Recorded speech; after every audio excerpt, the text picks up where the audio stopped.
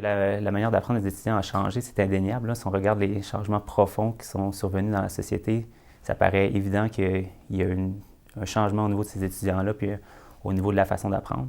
Je ne suis pas certain que c'est la manière d'apprendre des étudiants qui a changé, mais ce qui est clair, c'est que depuis les 50 dernières années, le monde autour des étudiants, notamment le monde où ils sont nés, où ils ont grandi, où ils ont été formés, a considérablement changé. La société change de plus en plus rapidement, donc effectivement, c'est un enjeu d'être capable de former nos étudiants maintenant en les préparant pour la société de demain.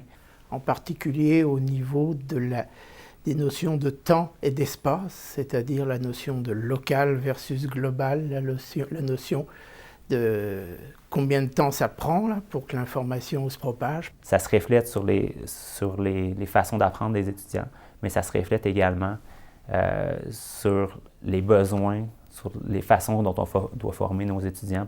Parce qu'on est passé dans un monde où on était très axé sur le savoir. Maintenant, il y a beaucoup plus de savoir-faire et de savoir-être qu'il faut introduire auprès des étudiants.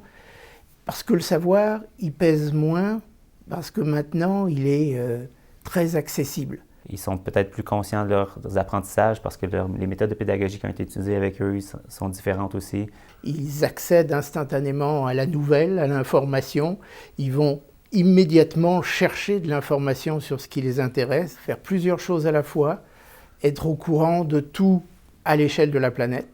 Ça fait en sorte qu'on a beaucoup d'échanges, donc peut-être probablement plus d'échanges que ce qu'on avait précédemment. Ils vont avoir une réflexion qui est quand même assez complexe et assez soutenue. C'est quoi qui est important, c'est quoi qui ne l'est pas, c'est quoi qui est vrai, c'est quoi qui est faux. Parce que le problème, c'est pas d'accéder à l'information, c'est de filtrer l'information.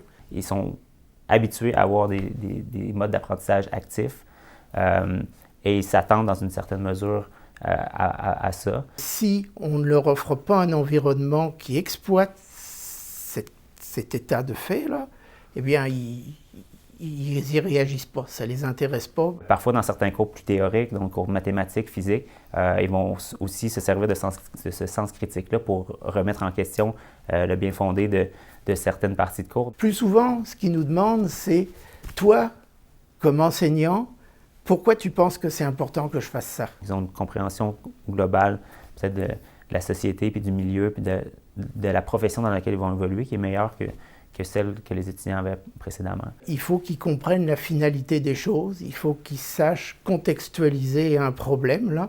Leur intérêt, ce n'est pas de résoudre le problème, mais c'est de comprendre dans quel cadre plus global ils se placent. Ils doivent être capables de résoudre des problèmes complexes.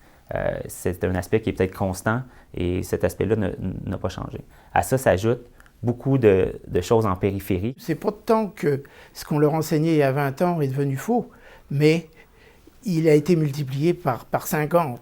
Maintenant, se sont ajoutés à ça toutes sortes d'enjeux sociaux, économiques, donc tout ce qui est environnemental, donc tout ce qui touche au développement durable, mais aussi des enjeux éthiques. Il faut les préparer à une vie professionnelle qui, d'abord, va être très compétitive. Pour prendre une expression de sport, on doit former des joueurs complets maintenant. On doit avoir des gens qui sont capables de bien fonctionner avec ces différentes compétences-là. Qui ne sont pas nécessairement prêts à faire face à des situations difficiles, à vivre des échecs.